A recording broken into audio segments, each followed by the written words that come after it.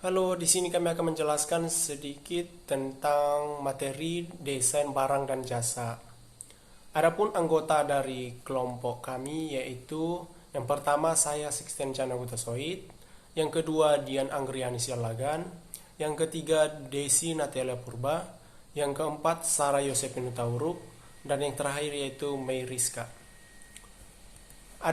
Adapun topik pembahasan dari kelompok kami yaitu yang pertama pengertian desain barang dan jasa, yang kedua yaitu perancangan dan pengembangan desain barang, yang ketiga perancangan dan pengembangan desain jasa, yang keempat tahapan siklus barang dan jasa, dan yang terakhir yaitu strategi pengenalan dan pengembangan barang dan jasa. Oke, kita langsung masuk ke pembahasan yang pertama, yaitu mengenai pengertian desain barang dan jasa.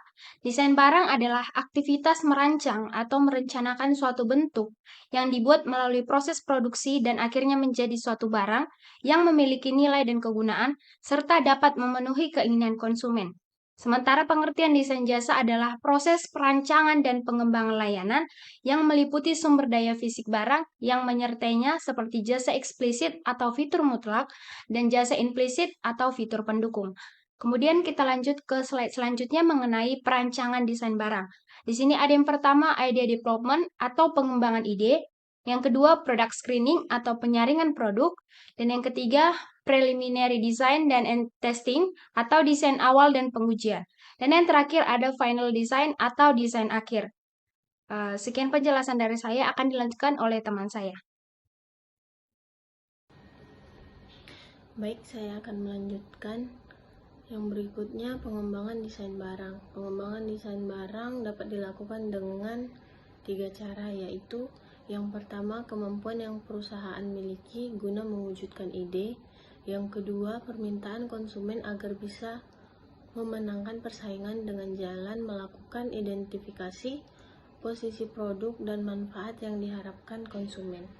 Dan yang terakhir, spesifikasi fungsional, spesifikasi produk, review desain, tes pasar, perkenalan, dan evaluasi. Lanjut perencanaan desain jasa, ada 6 cara, yaitu yang pertama menerjemahkan keinginan dan kebutuhan konsumen ke dalam jasa yang dibutuhkan. Yang kedua, memperbaiki jasa yang sudah ada. Yang ketiga, mengembangkan jasa baru. Yang keempat, memformulasikan atau merumuskan kualitas tujuan.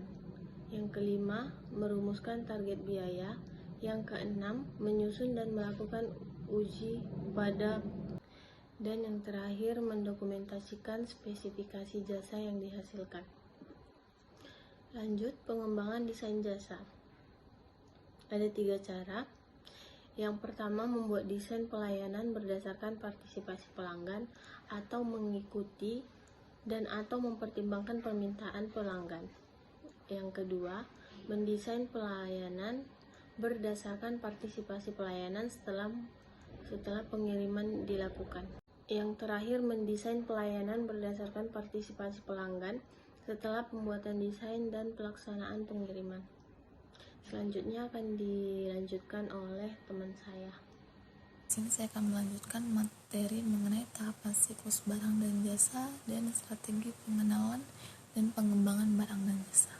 Pertama, saya akan menjelaskan mengenai tahapan siklus barang dan jasa yang dibagi menjadi 4, yaitu yang pertama, phase pengenalan atau riset, pengembangan, modifikasi, dan perbaikan produk serta pengembangan pemasok diperlukan karena produk masih menjadi fine tune bagi pasar.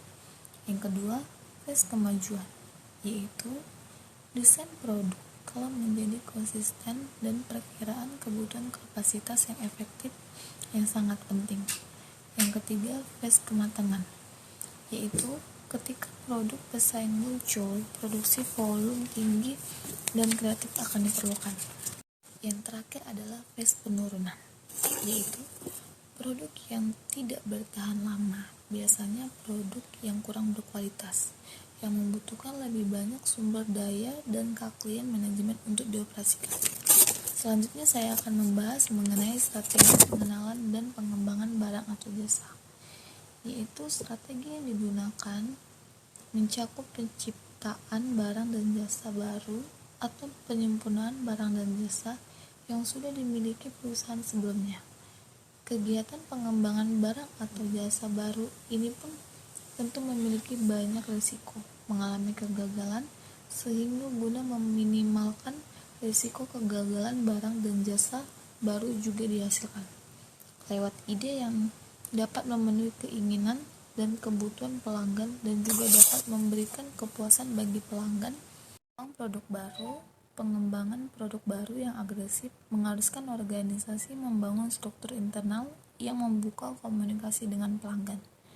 Teknik untuk menghasilkan ide produk baru bisa menggunakan teknik brainstorming. Adapun kesimpulan yang diambil kelompok kami ada dua, yaitu yang pertama, desain barang adalah proses menciptakan barang baru yang akan dijual oleh perusahaan kepada pelanggannya.